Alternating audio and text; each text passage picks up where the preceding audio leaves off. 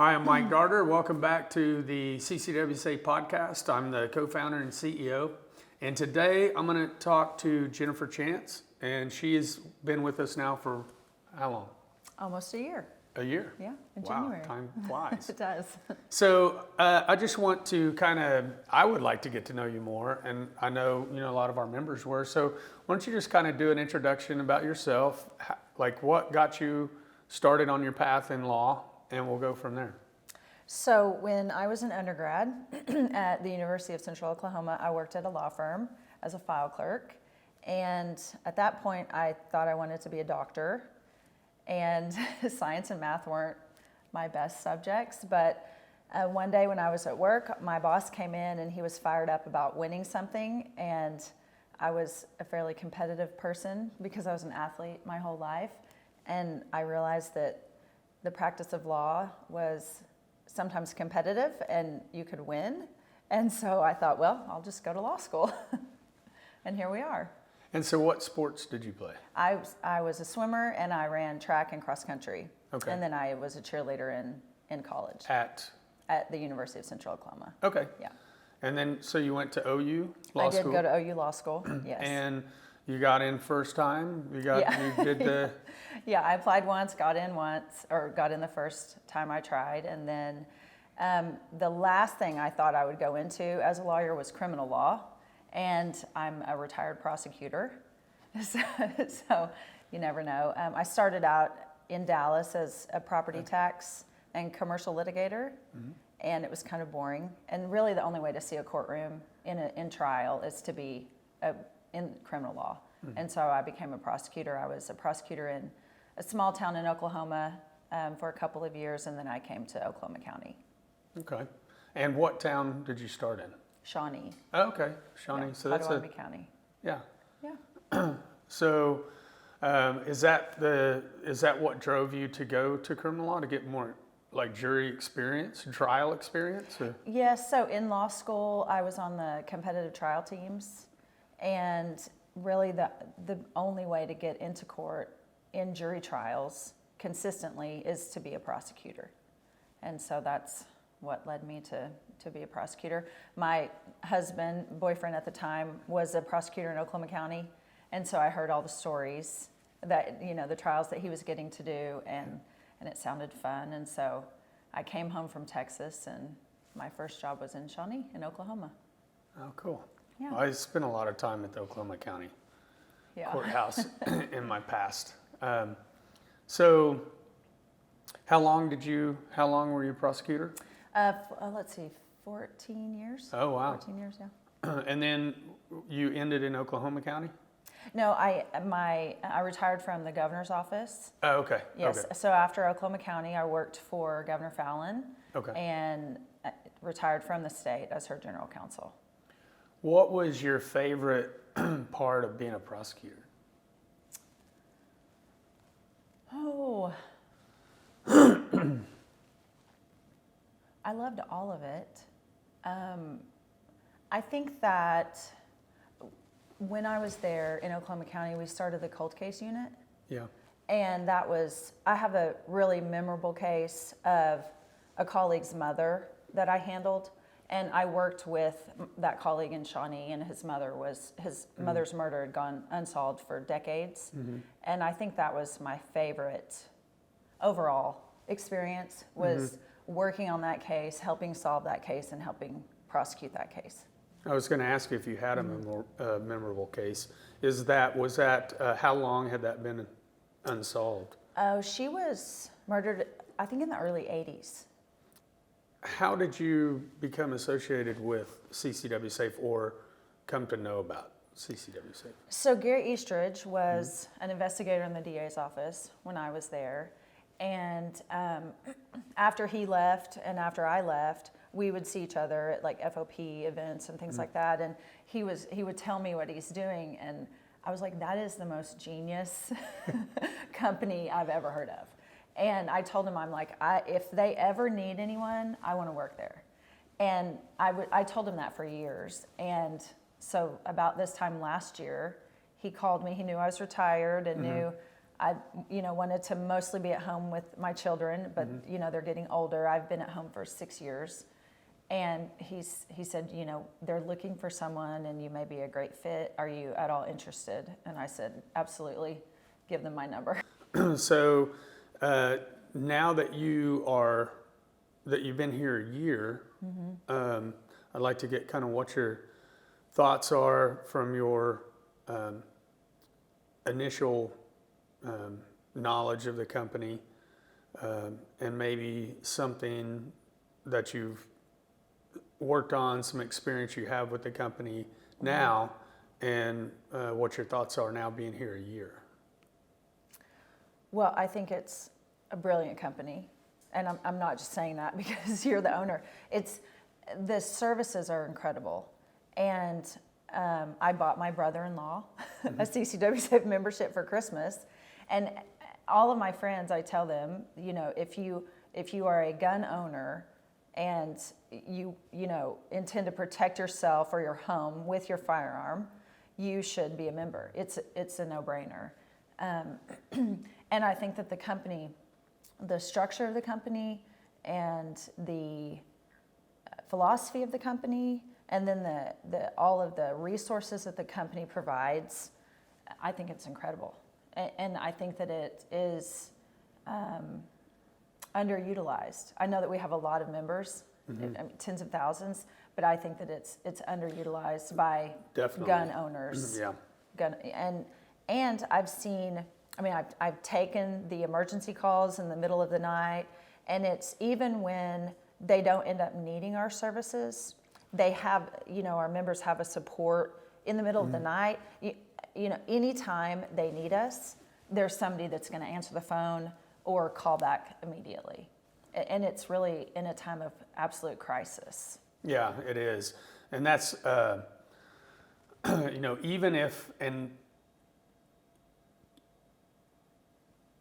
even if it's something that falls outside of our terms, like it's not related to a self-defense incident, we get calls on that.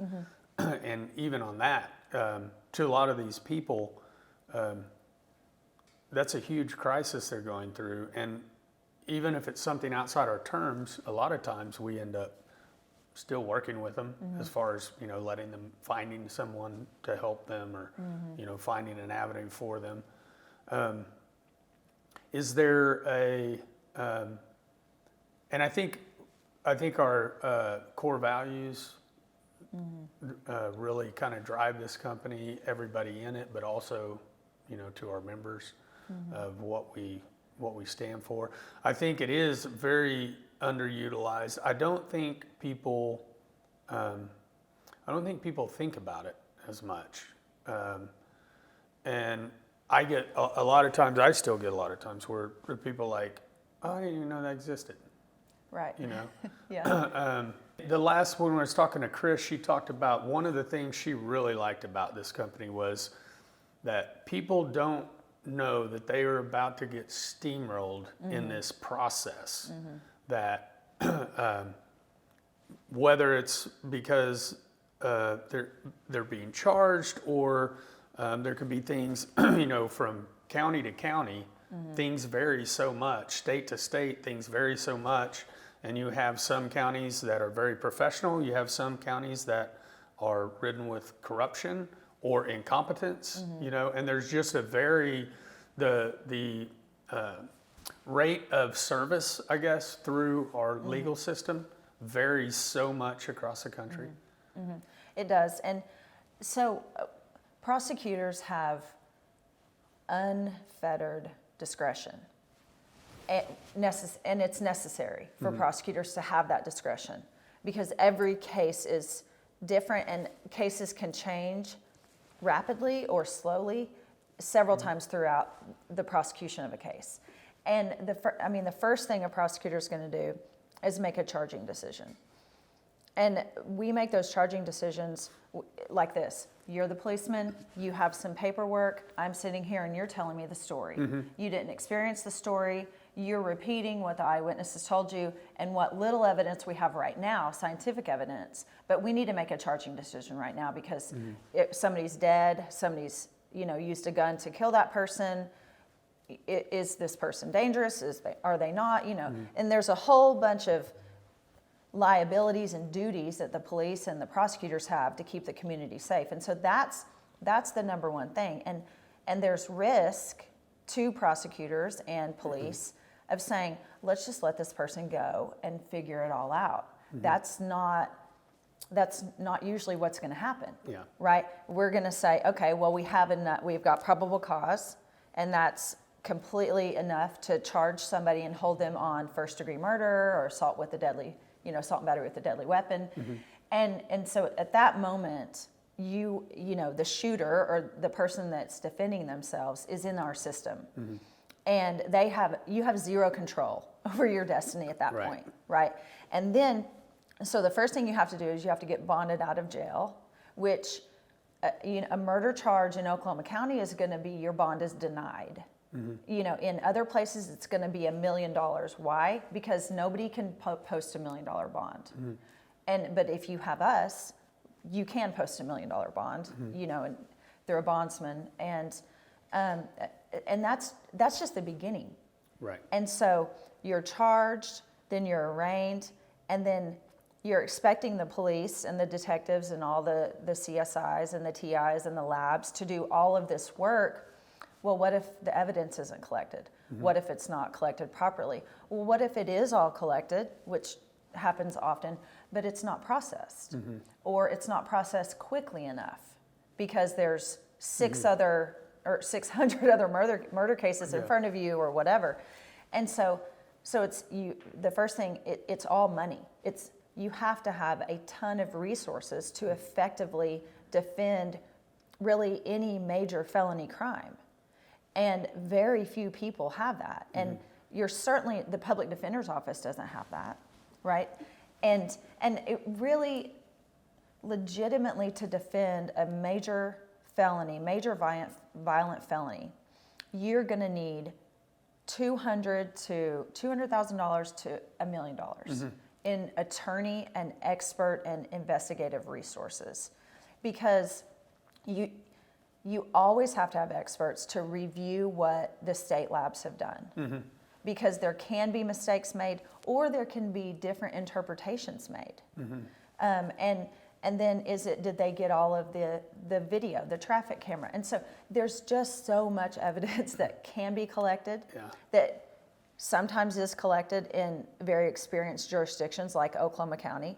And then you have jurisdictions with fewer resources and fewer expertise that may have 2 detectives and have to rely on the state crime lab, and unless they call in the state Bureau of Investigation, the investigation's over. And so you really need to have as many resources as possible, and everything is expensive. Everything. Yeah. And you have to know the quality of those resources. You talk about expert witnesses. Right. You can get. You're talking about the extreme amount of variance in the legal system. That's the same thing with experts. You have experts that you really have to know. You have to have somebody that knows who the experts are within the experts. Right. And I think, typically, and when we started this company, we knew $500,000 was right about the cost of what it would cost. And a lot of times, not having the resources, and not even in money, but not having the resources of having a team and the knowledge, you're going to spend more because you're going to get experts that don't work out. Yeah.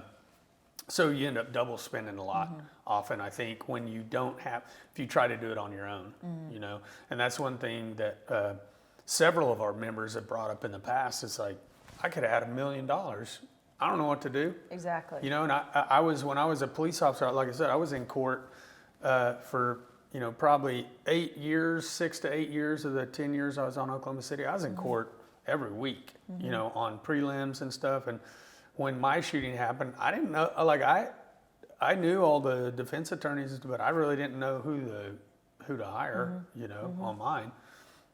So that's what having the FOP there was like I didn't have to worry about any of that. And that stress level goes way down. There's still some stress involved with it, but when you're not having to make these decisions and really write that check, that's what is the biggest thing. Yeah. So, do you think that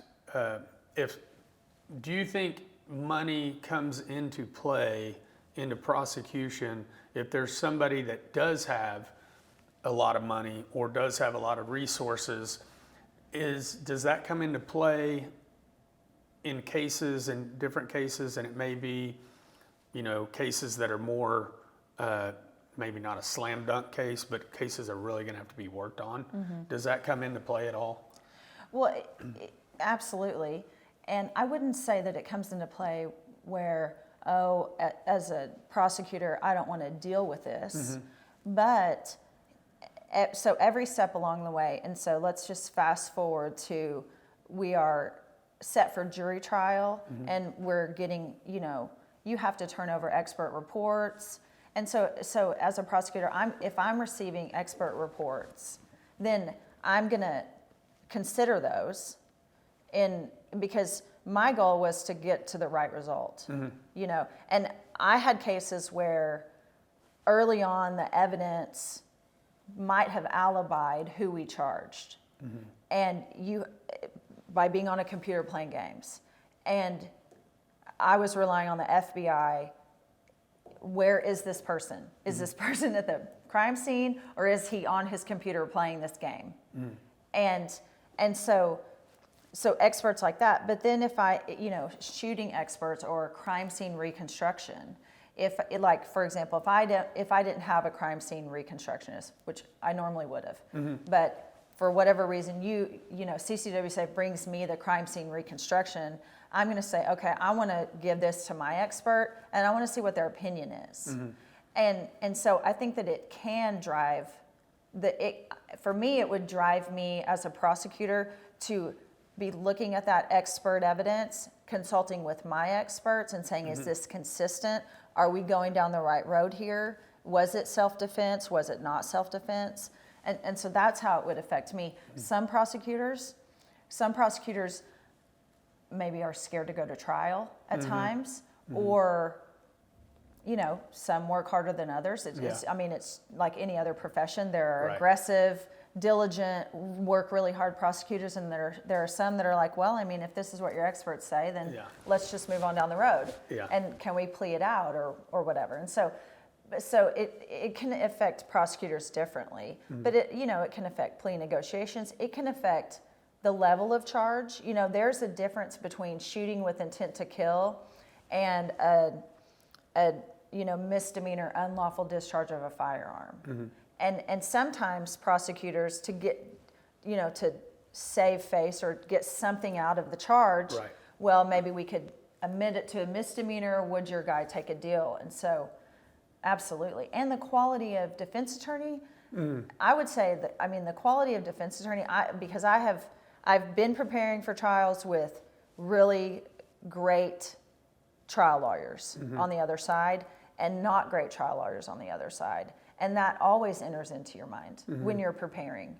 And then when you're in the midst of a trial with a defense attorney you've never been with, and you're like, okay, they are legitimate and they are a formidable opponent, and you got to be on your game. And so it does matter. We're all humans. Everybody has a different work ethic they're willing to do, and that you can do.